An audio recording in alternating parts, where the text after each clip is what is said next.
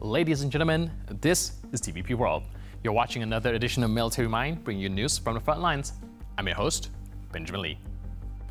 Overnight, Russian forces launched another wave of missiles and drone strikes on Kyiv, killing 6 civilians and wounding 19, according to Mayor Vitaly Klitschko. In the neighboring Chernihiv region, a drone strike on a village killed 2 people and wounded 10 others, as local officials have reported. Meanwhile, in the Zaporizhia region, Russian missile strikes late on June 22nd knocked out power for nearly 5,000 residents.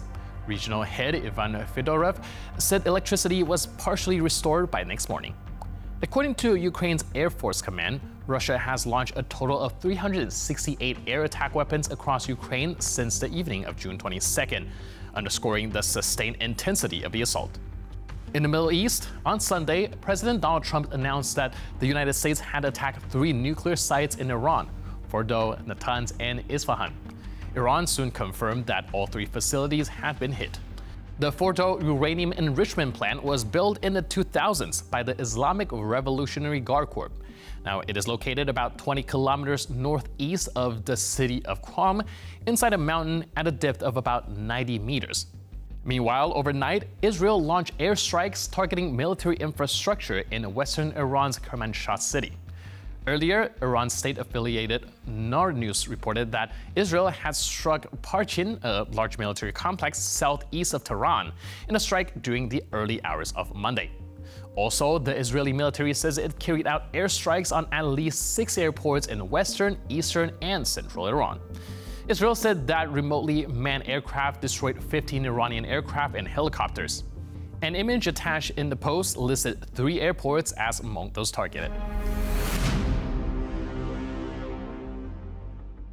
And as we've already mentioned, on Saturday night, the United States attacked 3 Iranian uranium enrichment facilities in Fordo, Natanz, and Isfahan.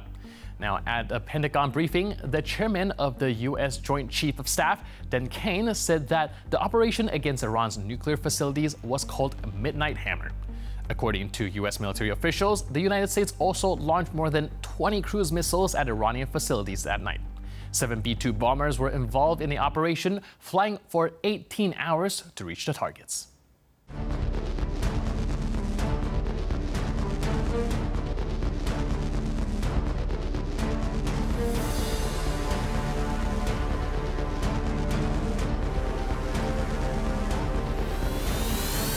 Now, the B-2 are the only aircraft capable of carrying such heavy ordnance. Each GBU-57 bomb used in the attack weighs more than 13 tons, and the B-2 can carry 2 of them at a time. Now, during the attacks on nuclear facilities in Isfahan and Natanz, about 30 Tomahawk cruise missiles launched from Ohio-class submarines were also used. According to Pentagon Chief Pete Hegseth, the stealth bombers flew in and out of Iran's airspace without being detected. The strike included the longest mission for the B-2 Spirit since 2001 and the first operation in use of the MOP Massive Ordnance Penetrator. And just a quick reminder that the United States had deployed several such aircraft closer to Iran in the day earlier, which was perceived as a sign of U.S. preparations to enter the war between Israel and Iran. The U.S. to get involved in the conflict was not officially announced before the strikes were announced. According to Trump, a full load of bombs was dropped on the main facility Fordo, the best fortified facility in Iran's nuclear program, hidden under layers of rock. Experts said earlier Fordo could be threatened only by GBU-58 bunker busters. The Fordo facility suffered severe damage, as did a second facility in Isfahan, while the Natanz nuclear facility was destroyed, as told by sources of the Jerusalem Post. Iranian authorities have already said that they had managed to evacuate all 3 nuclear sites targeted in a strike before the U.S. attack. In the Kupiansk sector, the Ukrainians carried out a precision strike on Russian rear infrastructure near the village of Vilshana. Using high-precision FPV drones, they destroyed a Russian ammunition depot, fuel and lubricants for vehicles, and Russian personnel. The operation took place under challenging electronic warfare conditions. Despite the Russians actively jamming a whole spectrum of signals, Ukrainian operators successfully guided the drones to their targets.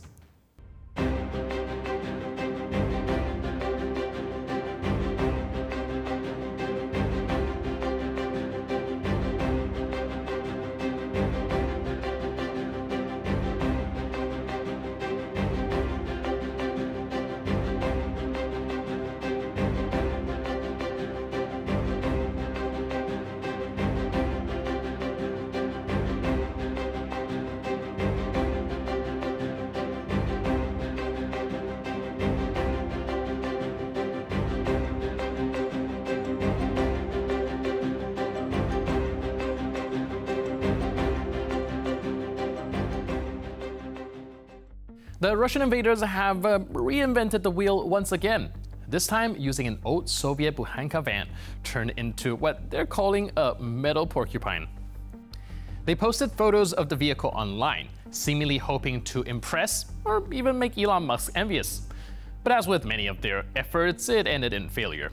These vans have often been targeted by Ukrainian FPV drones on the front lines, and after impact, what remains is a burning metal frame with no chance of survival for the crew. Once again, the Russian army shows that its so-called military innovation is little more than rebar, scrap metal, and superstition. So instead of real protection, it's a death trap on wheels. Even the Russians themselves call it disposable.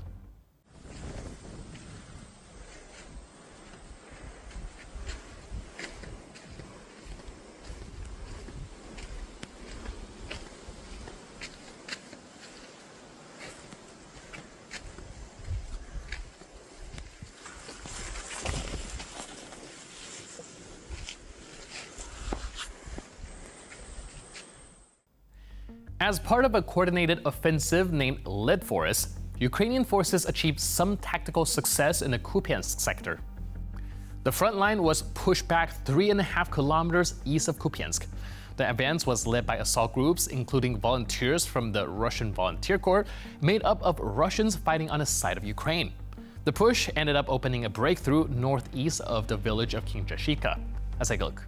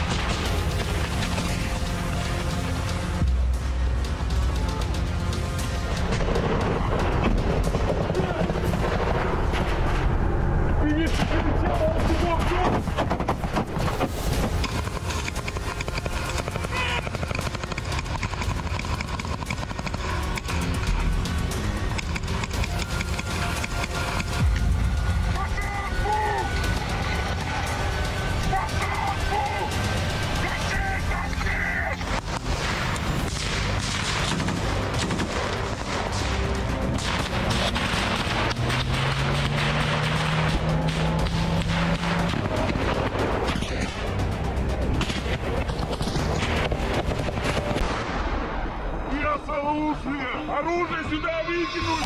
А, я 300! Я 300! А, большое 300! 300! Плечо! Сзади! А, что там? Перс боксеру, я 300! Гранат кинул, гранату у нас, блядь! Пусть навали!